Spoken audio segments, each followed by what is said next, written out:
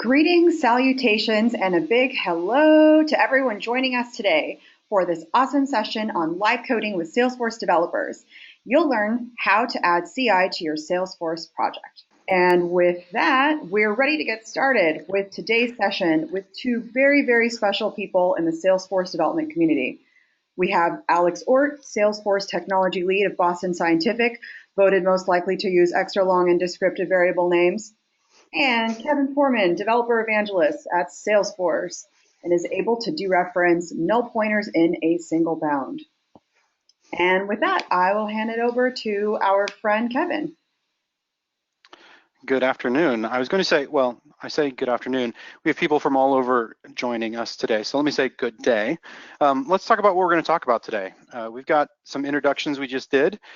Coming up next is, and I'm going to warn you about this, keep your wits about you. This is the most exciting, the best slide you've ever seen is coming up next. And after that, we're going to talk about what our problem is today. Alix and I are going to discuss what CI is, all that sort of information. And then we're going to code our solution. So we're actually going to be working through implementing CI on an existing Salesforce project. Well, and then we'll have a recap there at the end. So the bulk of our time today is going to be spent in the coding our solution bit. So with that said, is everyone ready for the best slide ever? With that, so ready. Here we go. So this is the forward-looking statement slide. It's my favorite slide in the whole deck. And this slide is here to remind us of two things. One, it reminds me not to make any forward-looking statements. And two, it reminds you that because Salesforce is a publicly traded company, you should make your purchasing decisions not on anything that I might say here today, but on readily available, generally available products and services that we have. That's all that big block of text is there to tell you. So with that, let's talk a little bit about what CI is. My favorite part about CI, and Alix, tell me if you agree with this, is that if you got 10 engineers together, 10 software developers, put them in a room, and you gave them a whiteboard and you said, hey, tell me what CI is, I'm pretty sure that at the end of an hour or so, we'd have at least 30 different definitions. Absolutely. Yeah. For the sake of this discussion, for the sake of this bit of live coding, let's stick with the idea that continuous integration is an overarching term for things, tools, processes that help automate parts of your development workflow, which is annoyingly vague, but you'll see what we mean by that as we go through this. What we mean here is that CI is the process, the tools that is going to help you do things that you might otherwise not have time to do or might find tedious or I'll say boring, etc. So with that said, let's look at what our problem domain is here. Alix, what are some things that you think continuous integration can do for us? Yeah, so continuous integration, like the slide is showing, can do a lot of great things to automate and create efficiencies for your team. So it can do things like static code analysis. It can take a look at just enforcing best practices within your code, coding conventions, that sort of thing. Talk about running unit tests. So this is something that as a developer, you're running these tests frequently to make sure that you're not introducing code that could be breaking other code within your environment. But the benefit of continuous integration is that this could all be running behind the scenes as you're making changes, as you're committing code. And then a couple other just nice things, since CI is kind of the glue that's pulling all these developer tools together, is that it could be just enforcing general coding, stylistic and formatting changes so that everyone is working from a code base that looks fairly, pretty much the same, right? And as builds are happening, as it's either passing or failing or things are happening, we can be notifying teams, whether it's Microsoft Teams or Slack or whatever you use to keep in touch with other folks that you're working with. We could be sending out those notifications automatically. That's cool. I had a friend of mine who worked for a big company. They actually set it up so that their build status was being tweeted out to everybody as a way of, making sure everyone was accountable to things. I thought that was a little extreme, but, you can do those notifications in a lot of different ways. So some things that we talked about all the benefits that CI can give you, all the things that it can do. And by the way, I've been using the term CI here, and then we have a rule where we try not to use acronyms. So let me say CI stands for continuous integration. And so if you hear me say CI, I mean continuous integration. And there are some things that it cannot do for you, all right? It can help make your code base consistent. It can help run unit tests. It can help do a whole bunch of things. You can pretty much dream up and it can try and help you with that. But there are some concrete things it can't do. It can't rewrite your code, right? This isn't artificial intelligence. It can't go in there and be like, this is bad, I'm gonna rewrite it for you. And because it can't rewrite your code, it can't fix anything that's broken. It can help you find broken things. It can help you find things that are likely to break. It can help you find areas that you haven't tested, but it can't actually fix those broken things for you. And along those same lines, it can't fix your technical debt. So if you've got some technical debt in your code base, it's going to identify it for you, but it's not going to be able to fix it for you. That's up to you. And the biggest one here is it can't fix a broken architecture. So it can help you improve your code base by identifying the issues, but it can't actually make those changes for you. That's what your development team is for. And so I don't want to sell CI as a panacea of a one-off solution that's going to fix your entire code base. It can't fix anything for you, but it is going to highlight the issues, and it can't fix anything. It can do things like make things consistent, but it can't fix the logic in your code. So in order to do all this, we're going to do some CI work. We're going to use a bunch of different tools, and we're going to introduce them to you. And our solution, our goals here are to be able to automatically run all the unit tests when you push code. So we'll be using DX and a Git-based workflow. When we make a commit and push that to our Git repository, we want the CI system to pick up that we've pushed that, start making, set up a scratch org, run those unit tests, and then give us the results. We're going to set up some pre-commit hooks. That means when you go to make a commit, it's going to do some work before the commit actually goes through, and then give you feedback before it makes the commit. And then we're going to do some partially automated code reviews. And what we get out of partially automated code reviews are things like static code analysis. So we're going to see things like, hey, this is not a safe way of doing this, or this is not best practice, or you're hard coding IDs, that's a bad idea, that sort of thing. And to do that, those tools I said we're going to use Circle CI to do the running unit tests. We're going to use Husky to set up some pre-commit hooks. And along those pre-commit hooks that we're going to be using Prettier to format our code in a consistent manner. And we're going to be using Codecov.com in order to do our automated code reviews to get our static analysis in. So with all that said, Alex, do you want to start off with Circle CI? Yeah, let's get started. If you have Circle CI open, we can kind of talk through it here. But basically, like Kevin mentioned, we've already set up our Circle CI environment. We've already logged in with our GitHub credentials. So what that gives us is an automatic integration with GitHub so that our repositories are automatically reflected in our project listing here, which is what you're seeing on the screen. So it's really easy from here. We can go ahead and just set up a new project. It's going to walk us through a couple steps to get configured here. We can leave the operating system as Linux and just put in our language of Salesforce's Apex. What that's just ultimately going to give us is a default, what they call a YAML file, which is basically a set of instructions that Circle CI is going to be listening for to execute when these builds are happening. So every time we make changes to our repository, it's going to be firing off and running these jobs.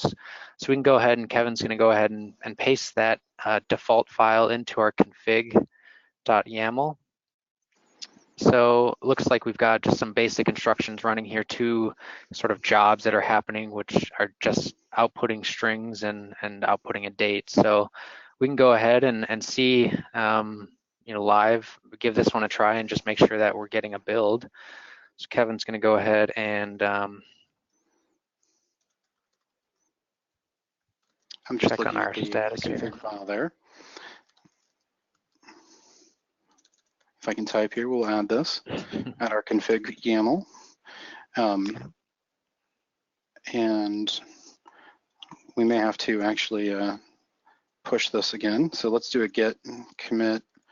We're going to give it just a text message saying initial circle CI. Yep. All right, and then we'll do git push. Let's go back and look at what this is doing inside circle CI. So we should see a job kickoff. Oh yeah, look, it's running. And Excellent. Kevin, we have a question from Wonderful Will about advice for orgs with managed packages installed wanting to use Scratch orgs. Is that something that they can do? You know, I've never really tried it with managed packages. I don't see why not. I believe there's a way to tell use DX to have those managed packages installed. Off the top of my head, I'm not familiar with the commands to do so. But if you hit me up in the success community afterwards on answers, I can help figure that one out concretely and give you examples. Sweet, thank you. So right. we have so this. It looks like we have our this job run. ran. Yeah, and if we look at the individual pieces. Hello world.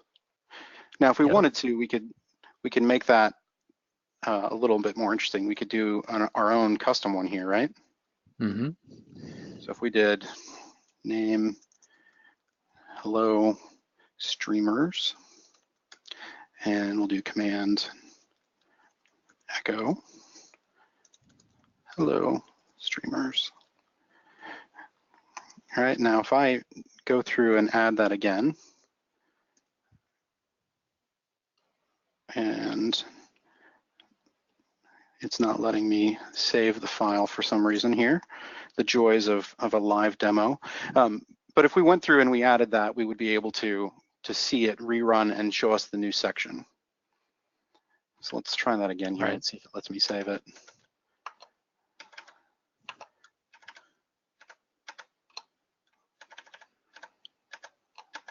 And we'll push it.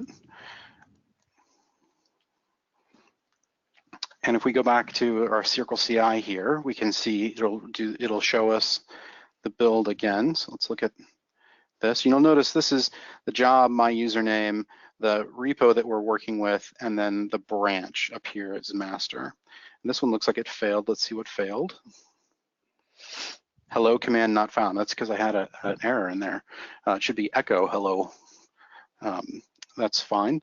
But let's look at what we can do to make this useful, because right now all it's doing is saying hello world, hello streamers, hello the date and time when we commit something. So Alex, how about you lead us through what we do to make this actually do something useful for us?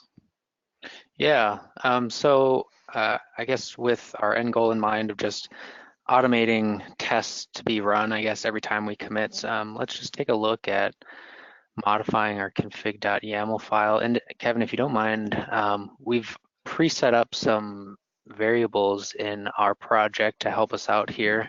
If you don't mind going to that page, we can work through. Yeah, one of the things that I like about this tool is it allows you to set up environment variables that are then available to your scripts, your build scripts. So we've already set up things like the hub username, the hub consumer key, the encoded server ID, all the things that we need to set up a connection to our hub and then create a Scratch org. All that stuff's been automated for us, not because we didn't want to show you how to do it, but because there's a lot of, well, secret information there. And the way that this tool allows you to put them in here, this is never in your code repository. So your keys to talk to your hub org and then create Scratch org, etc., none of those are visible in your source code repository. They're only available here in the environment variables. Okay. All right. Yeah, if we want to switch back to VS Code, all right, so what we want to do is run these tests, right? So they're based off of Circle CI, kind of just creating this environment to run this code.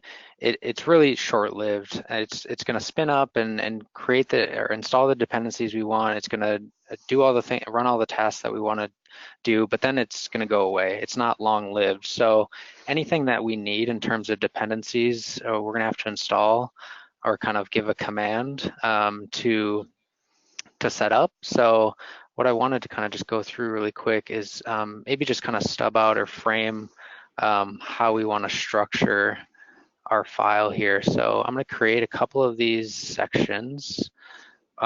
each of these run sections here. So just working down the file, I've already kind of added our Docker image, which Kevin was just mentioning is a global variable for us that we can input the Docker image that we want to use. And we have a working directory that we're just going to set as CI_app.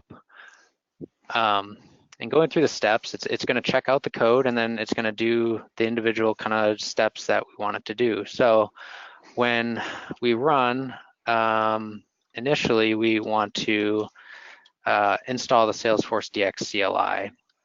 We want to do this because, like I was mentioning, if it's kind of running from scratch every single time, we need to install that CLI so that it can interact with Salesforce DX, authenticate into a dev hub, create a scratch org, and that sort of thing. There's a page on the developer salesforce.com with a CLI reference that gives some commands that I'm just going to copy in here to basically make a directory for SFDX. It's going to use another global variable that we're going to put the CLI URL into. It's going to unpack all that information and then install Salesforce DX for us. And the reason some of these things are in those environment variables are so that we can change the way our builds run without having to actually commit anything to the code. So for instance, if there's a new version of the CLI, we can change the URL in the environment variable, and every build following that will use the newer version of the CLI. Right.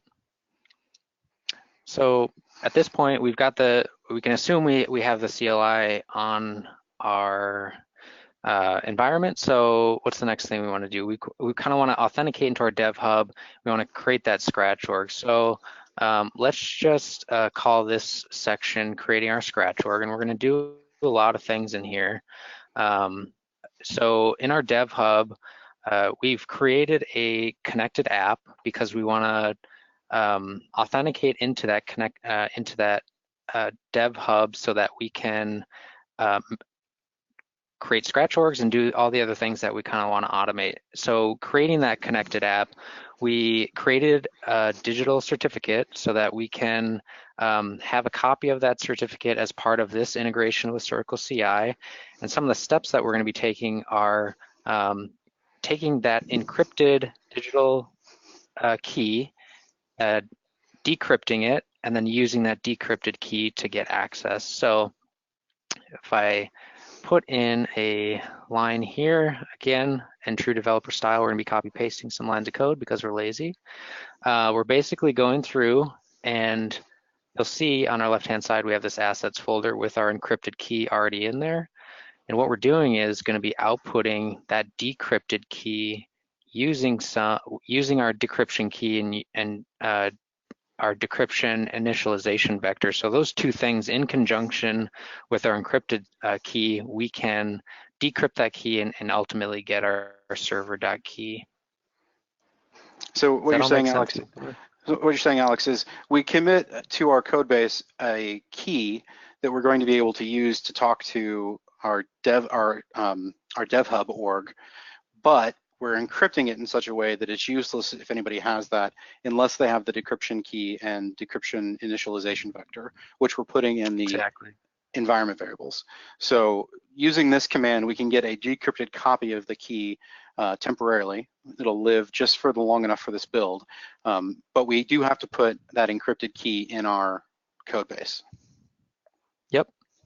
Okay, that's cool. So we've installed the CLI, we've created a scratch org, or at least we've gotten a copy of the key. So we've got the key. We're going to use our JWT method with SFDX to basically authenticate into our organization. So we're going to put a couple things in here. We have our client ID, which again, I believe we set up our global variable here, which I'm just going to copy paste in. Our JWT key file is again what we output right up here. So then we have our username, which is another variable that we're storing within Circle CI. And then lastly with this, let's just set default dev hub username and call that hub. So we're authenticating with JWT, bringing in some of our environment variables, using our key file, username, and we're calling it hub. So that's all great. So what do we want to do now? We want to create a scratch org, right? So let's take a look here. Force org create. So we want to set that as our default scratch org. And the file we want to use is basically our scratch org definition. So within our config folder here, we have our scratch org definition that we want to use. And we want to give this an alias, and we can give it something like circle build, circle underscore build underscore, and then we have another kind of global environment variable, circle build number. So this is going to increment every single time you run a build so that it's unique every time. So it'll be circle build 1, 2, 3, so on and so forth. And we can just wait, I don't know, 3 minutes for this process to run and execute. And then all we have to do is push that source to our build, our scratch org, like so. So, all right, how's that looking so far, Kevin? I think this looks good. We have to install the CLI and do all this work every time because the environment we're doing this in is ephemeral. It's like a scratch org for unit testing, right? Mm-hmm. Yep. Okay, so we get the CLI, we download it, and we sign into our hub org. We create the scratch org and we push the source to it. We still haven't done anything like run unit tests. Yep. So that's a good point. Let's maybe make that our next task here. We want to run our unit tests. So this should be fairly straightforward. Let's just make a new directory called JUnit. So we're going to be wanting our results back from our unit tests in a JUnit format, which is basically just a structured HTML document. And we're going to be running our tests. We want our code coverage, so -C. We want to be saving this into our JUnit folder. We want the response type to be JUnit. And for this one, since tests can take a little bit, we've only got a couple tests, but we can wait up to 5 minutes for this one.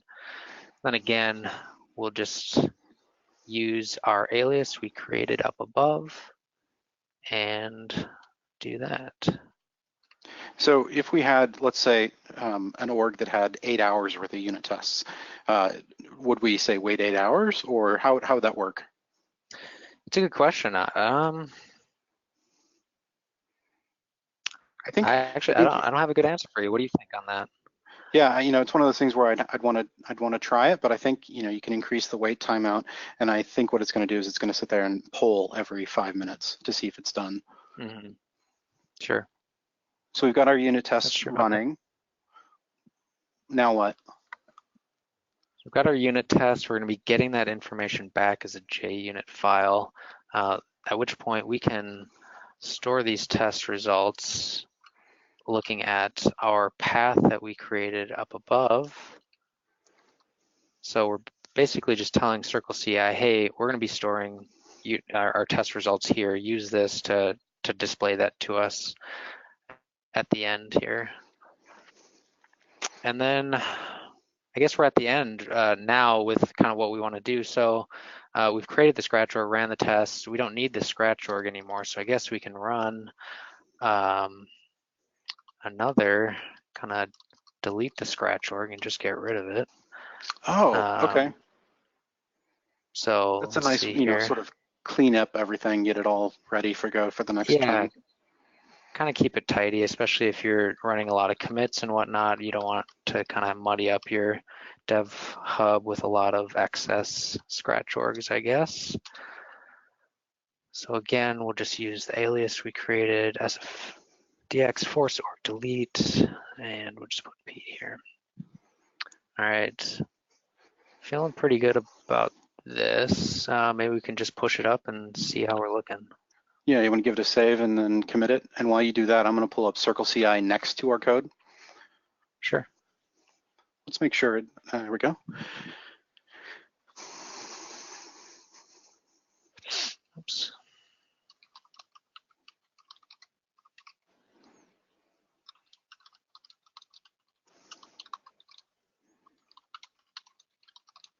So here on the left, you have our code base that Alix is working on, and he's pushing the code.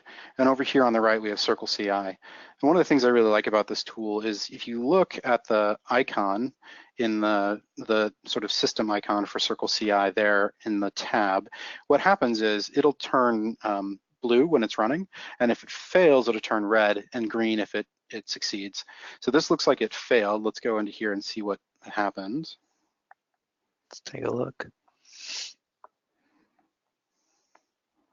Oh, okay. It looks like we need to change our Docker image. So let's go into the permissions for this.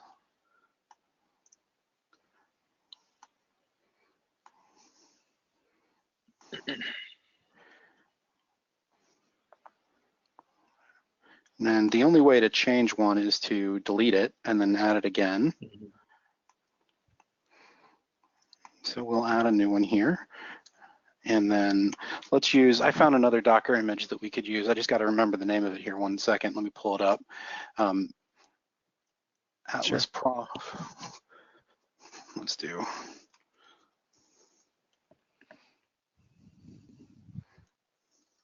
Salesforce DX. We'll add that variable. Now, the other nice thing about this is we can go back into our project having saved that, and we can go into our failed instance, look at our build here, and there's a rebuild button. So we can rerun this immediately. It's going, we can go in here and it'll show us. Oh, this looks like it's going to fail too. Maybe I misspelled that. Image cache not found on host. Yeah. Well, this is a new issue. Let's do this. Let's put, instead of using our environment variable, I'm going to put it into the Circle CI config YAML here. So I've got this like that, and we'll push this up.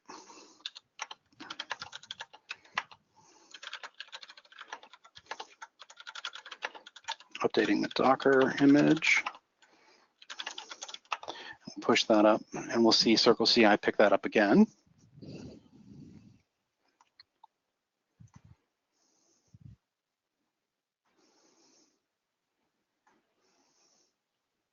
Oh no. Downloading Atlas Prof. Yeah, I couldn't find our Docker container. Docker image. The good news is what we can do is instead of using Docker, we can always default back to a VM. So one of the things that Circle CI lets us do is change this machine equals false to machine equals true. And we can remove these Docker image lines, save that, and then let me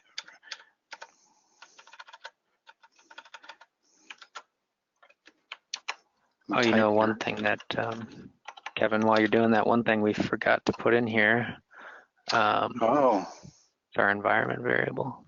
Oh, you can also put environment variables in here in the config. That's nice. I'm not giving great commit notes. I apologize for that. That's not exactly best practices, but push that. Let's see if that helps. Kevin, we have a question from first-time caller Srinivas. If a scratch org is deleted, how do we know the Apex class code that was failing the test classes? Can we look at the code on the local machine copy? Oh, that's a great question, and we'll get to that here in just a second. Once we've got our Circle CI builds running, we're actually going to intentionally put in a bad unit test and then commit that so that you can see what happens. And it looks like this failed again too. Let's see, did we not get the DX CLI URL in there? Let's see if that, Yeah, did you maybe commit before I put that in there? Yeah, I think that's what I did. Let's try that again. Now, the thing about doing CI is that once you've got your build scripts set up, you generally don't have to tweak them very much, Yep. which is good. So once we get this running, we'll be able to do things like fail a unit test, and you'll see where that information comes into Circle CI. Let's see if this is building again.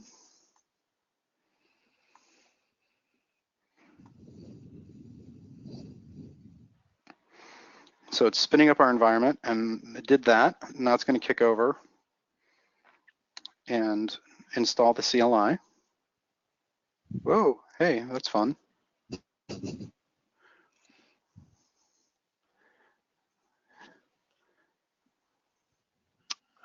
Okay. Now, in all fairness, that was not happening yesterday, so we'll see what's going on.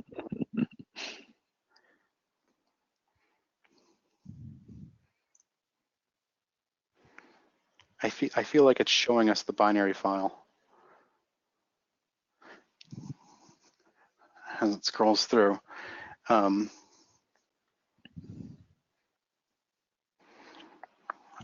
know why? Alex, we forgot to make this pipe through. Oh, there we go. Yep. Good call. All right, let's try that one more time.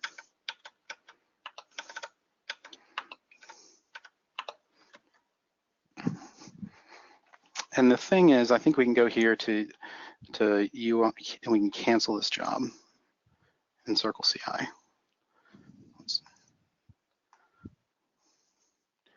It's being very slow to respond.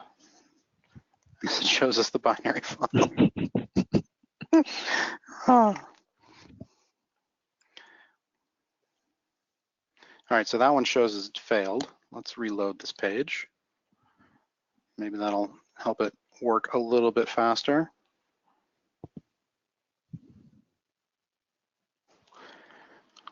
It is fast.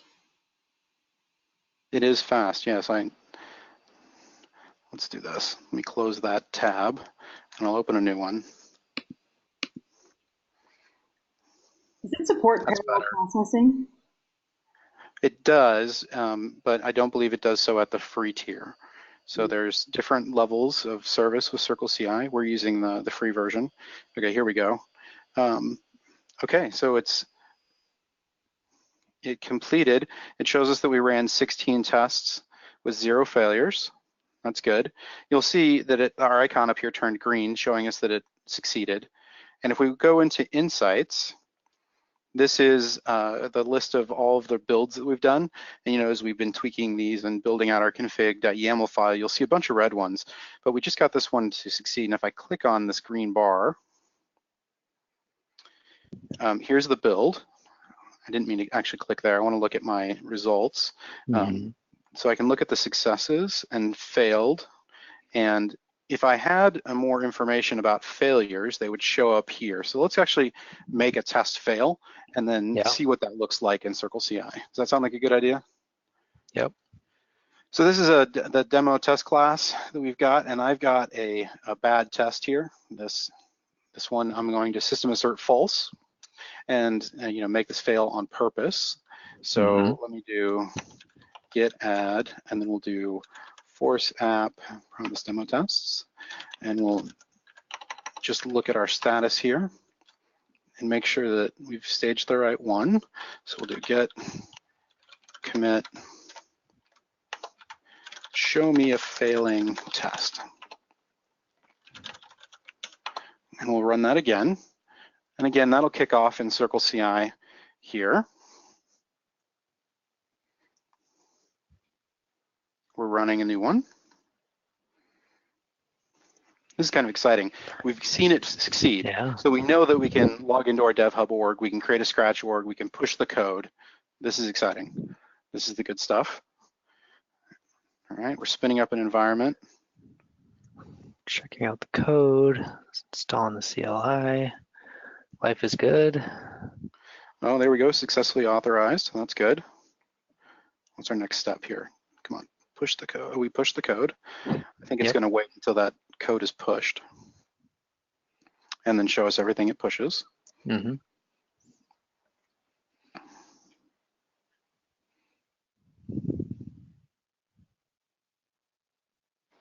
Oh, okay. I forgot a step. It has to create the scratch org. There you go.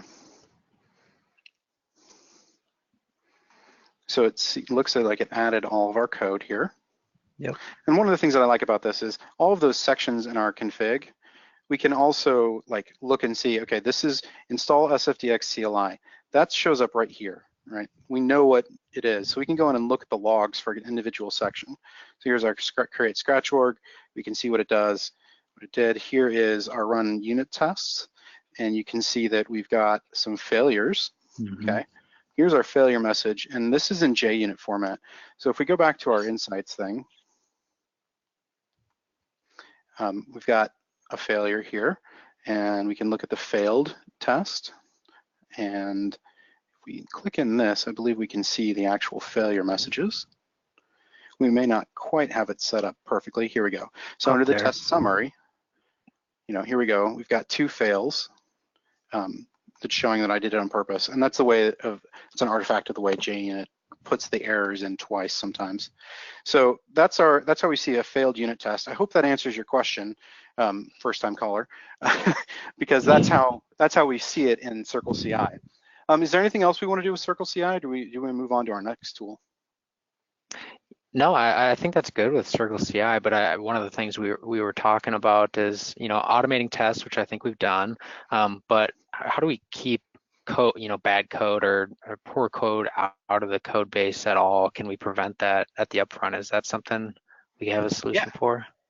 Yeah, and let's actually dive into that here. So we're gonna, I'm gonna open up my terminal here, and I'm gonna do a command called npm init. And this is going to ask me some questions, and I'm going to default to them. And I'm going to just go through here and default these. And the reason I'm doing this is that it will give me a promise, that will give me a package.json file. And if I open that package.json file, it's giving me a bunch of information here. And this package information file, this package.json file, is where we can include other node modules that we want to use for doing things like pre-commit hooks. And so let's look at what that looks like. Let's create we've got this dev dependencies here. I'm gonna put one in here, and I'm gonna do Husky. And I'm gonna say that I want at least version, I want at least version 2.4.1. like that. And I can add other ones in here too. In order to save time and embarrassment from my typos, I'm going to copy and paste some of these in here, and we'll walk through what they do. So I'm going to put these in here, and I'm going to save it. The things like from the add Salesforce ones are for Lightning Web Component Jest testing and for ES linting. So we're going to be able to do some lint tests on our JavaScript code and our Lightning Web Components, and we'll be able to do some other testing. We can also use Prettier. This is how we bring Prettier in all through these dev dependencies. Now, we've brought the dependencies in here, so let's go ahead and run npm install. And this will install all of our background packages that we need. So while that's doing that, I'm going to look at my scripts section, and you see that I've got this one here, test. And if I run npm run test, it's going to run this command for us.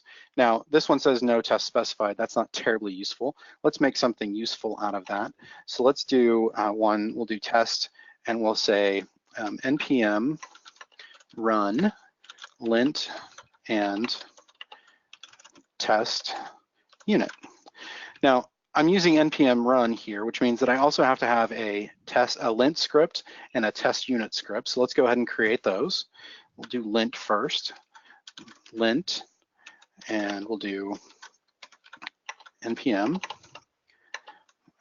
run lint lwc and run npm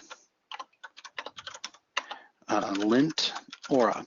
Now, I don't have any Ohrt components in this repository, but you get the idea. We're going to be able to run all these different linters just by running a few npm commands. And with the magic of television that we have here on the webinar, I'm going to copy and paste these to make sure I don't have any typos, because we can all see how well I can't type today. And we put these in here. Now let's actually. Oh, I've got an error. It doesn't want me to let me save it. Let me try this again. Alex, can you try saving it for me? It's saying that we've Yeah. got a version error. Hey, Kevin, I don't think we can see what's being edited. Are you sharing the right screen? Oh, for some reason it did not switch over to the, hey, that's a great catch, Nisha. I apologize, diligent viewers. This is our package JSON. I have no idea why it didn't kick over automatically. That is the code So we're let me, looking for. yeah, that's the code we're looking for. So we've got our scripts here, got this set up. We've pulled in our NPM modules, and I'm going to look at our status here, and you've got the package JSON and the package JSON lock. I'm going to add those two to our repository. And now, because it's added a whole bunch of things like Husky, and Husky sets up pre-commit hooks. And what we can do is we can place a pre-commit hook here in our package JSON file, and we do that with a Husky clause. So let's go ahead and create that. I'm going to go down here just to find a space to do this. I'll do Husky, and we'll make this its own little JSON section. Put a comma there so we make the linter happy with us. And then we'll do hooks. I'm still here Yeah. typing, but I don't see anything. Oh, this is really quite strange. Why is our technology failing us? Technology is hard. Let's try this again. There we go. Yeah. Okay. Let me minimize this so we can see more. All right, and I've got my hooks set up here. I'm going to do one hook. That's going to be a pre-commit hook. So we'll do pre-commit. And let's see, what should we do this? We should have it run lint staged and npm lint aura. So what this is saying, it's going to lint the staged files. So anything we're trying to commit is going to get staged. And we're going to have it do that, and we're going to have it run the aura linter whenever we do a pre-commit. So we've got this set up. Let's save that. And we'll go here and we'll do the git add again. And we'll do npm install. We're going to do the install again just to make sure that it picks up and inserts our pre-commits that we've put in with Husky. There we go. And we'll clear this real quick. Now let's go ahead and add, let's add a file. So let's look at our git status, and we'll find a hello bindings.js. Let's add that file. So git add, and we're going to do force main default LWC hello binding.js. Now, if we do git commit -m, we'll do show pre-commit hooks. Now, you'll see this is taking a lot longer in the background. Oh, it didn't actually run our pre-commit hooks. Let's copy that. I'm going to close this file and reopen it so that we can try and save it. Sometimes our live share system has an issue with certain files. It doesn't let me save them. Let me try that again. So I'm going to add this, and I'm going to commit it. Now you see there it runs in the background. It says that it couldn't find the config. So let's make sure that we stage things correctly. We've got a Husky pre-commit hook failed. So let's do that npm install again.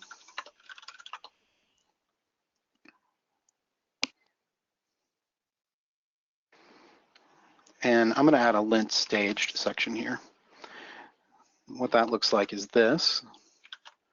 And what I'm doing here is when I want to stage this, I'm going to look at HTML files, JavaScript files, JSON files, etc.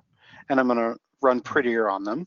And I'm also going to look at ESLint for all of our LWC files. And looking there at get that add, it's going to set these up so that when I add files, that's how it knows what to stage. So with that said, let's try this hook one more time. We'll add that, and we'll commit it. Oh, we've got a problem with our JSON file. Turns out I missed a comma. Let's try that again.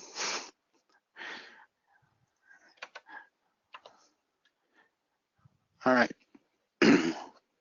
Now you see here, it went to go try and run no stage files match any of the predefined globs, and it looks like I got a command missing here. So what I'm going to do is I'm going to take and I'm going to make sure I don't have any typos or anything else here through the magic of television. And I'm going to actually open up my hellobindings.js. I'm going to give us a new bit of information. So just create that test there. And let me go here and add my file. And we'll add this. And you see it's going to run my pre-commit hooks there. It may show up kind of tiny, but there it is there at the bottom. What it's doing is it's running the linters. It ran prettier, and it went through and looked for all of the OR components. It didn't actually find any OR components. So this information here just says, hey, there's no OR components, and that's fine. But we've set it up to take care of them if there were. So with that said, now we've got our pre-commit hook. Now if I push,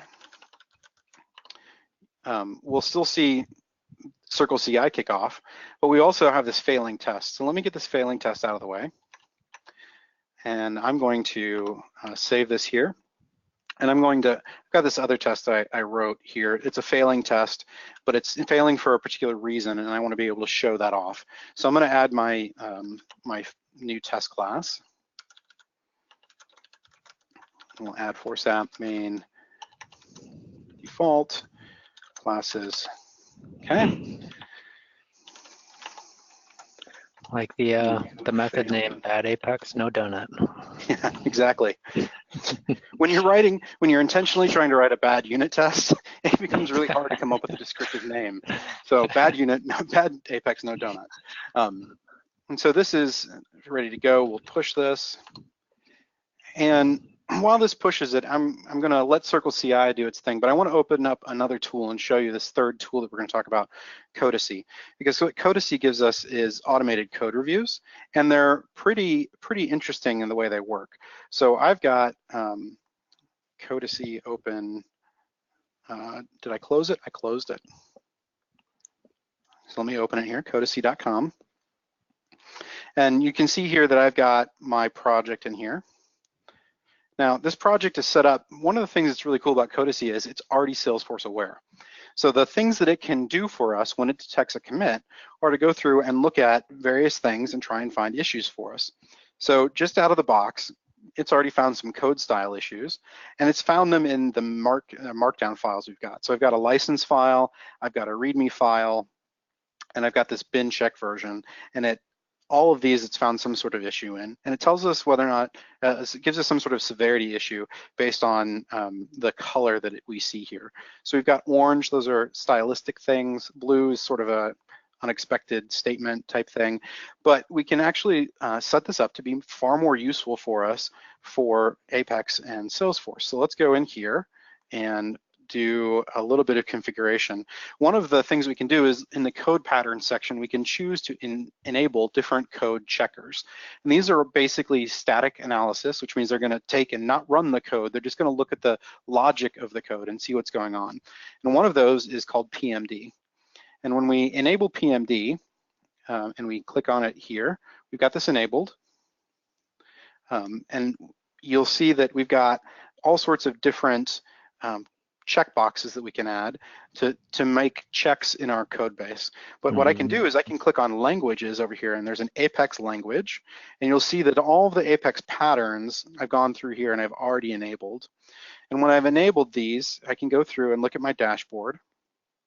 And when I make a commit next time, it's going to reevaluate the code base, and this can take a little while. It'll reevaluate the code base and tell me whether or not I'm doing things wrong. So I want to draw your attention to that bad Apex no donut test while we let this evaluate. So we'll pull this back over. And you'll see here that I am very intentionally making a query inside of a for loop. This is a big no-no. PMD for Apex is aware enough to be able to say, hey, no, this is not a great idea. So it's going to give us a flag and say this is not a great commit for that. So when Codecov gets done doing that, we'll be able to see those results. In the meantime, we've reached the point in our solution here where we can talk about sort of a recap.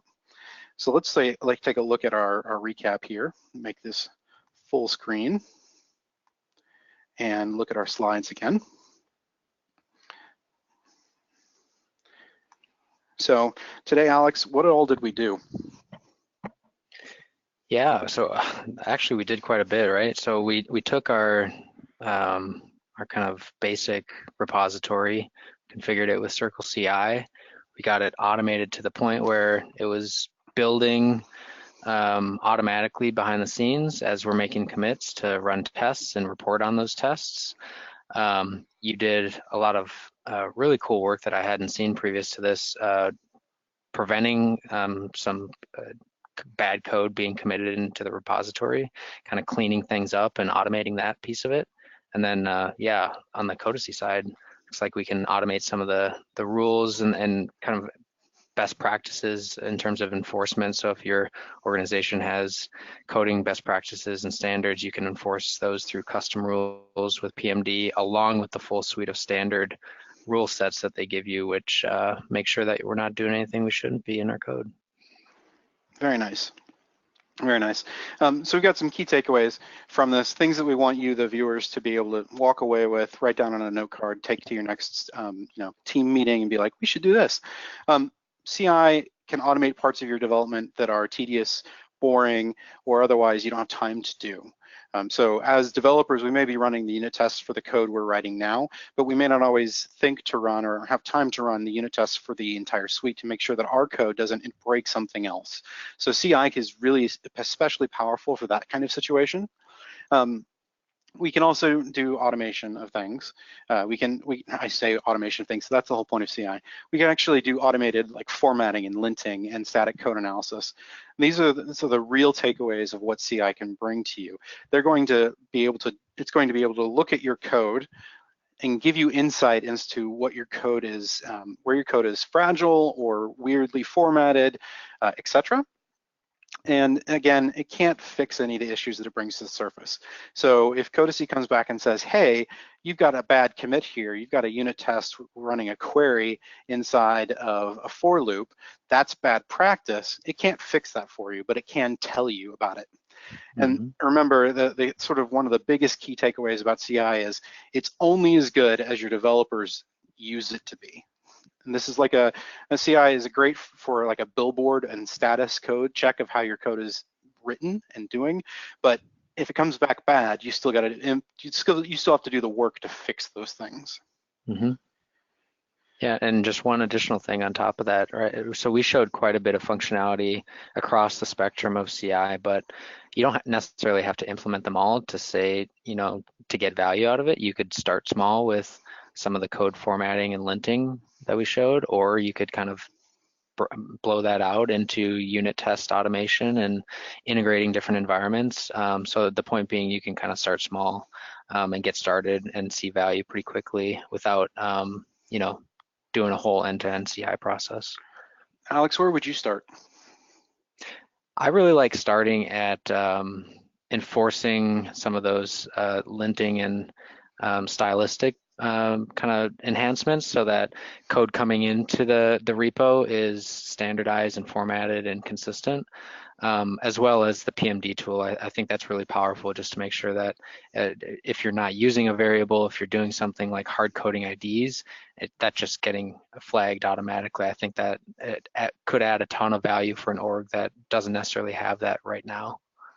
I tend to agree with you, but I also I want to start with unit tests because I want to, more than anything else, I want my CI system to tell me whether or not I've broken something inadvertently. Right? I mean, how many of us work for giant corporations that have hundreds of people writing code? And the idea that I am so good that I can write code in a vacuum and not break anybody else is kind of frightening. So I really like the power of being able to run the unit tests and get those back to us. We had some things that we couldn't show you because we just don't have a great interface for it. I'm gonna show you here in just a second after we one of those things here in just a second. But I want to tell everyone to, if you want to learn more about this, that we've put together a trail mix on CI and adding CI to your particular project, your particular Salesforce development project. And so you can get to that here at the bit.ly/livecodingci link there at the bottom.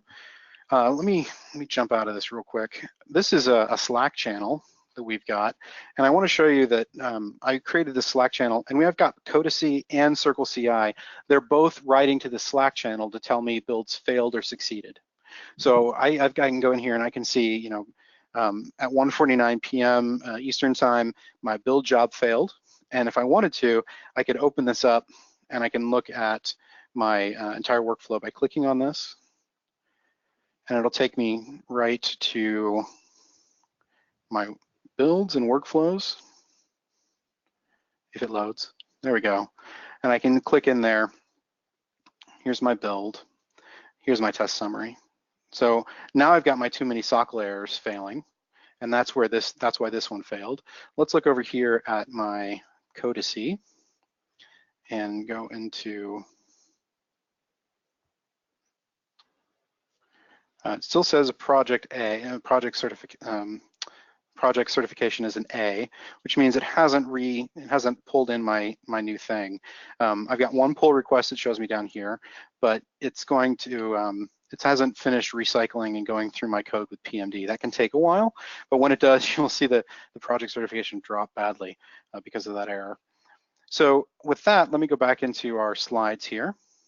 I want to thank everyone for joining us today. Thank you very much, Alix, for joining me today and talking about CI and adding it to a Salesforce project. This has been really great, and I look forward to hearing what everybody has to say about it. And thank you, Kevin Poorman.